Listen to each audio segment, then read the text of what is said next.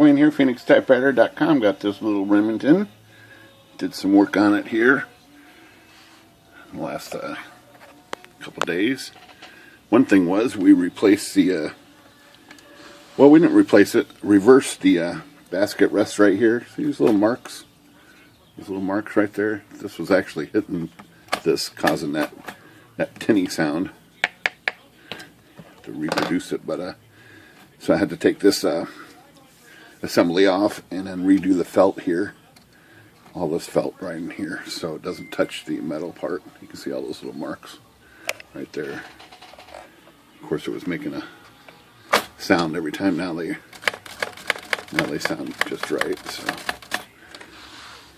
another thing we did to this was, of course, the drawband was broken. Right, mainspring is good down in here. You had to put a new drawband on it, running around, run it through. It's already mounted on the board, so I can't really flip it upside down. The other thing that was a job here was the bell. So this bell was binding and not working right. And finally figured out how to fix it. This piece was slightly bent, but it was also binding underneath here on another piece of the machine. And of course got fresh ribbon in here. Did a little video on how to install that. Let's do a little type on this. Let's see how she looks. That came out pretty good though. Get this straightened out here.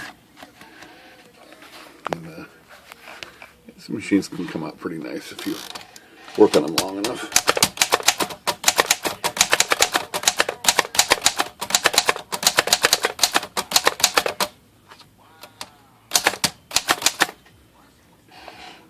Yeah, pretty good looking typewriter. Alright, Phoenix Typewriter. Good day.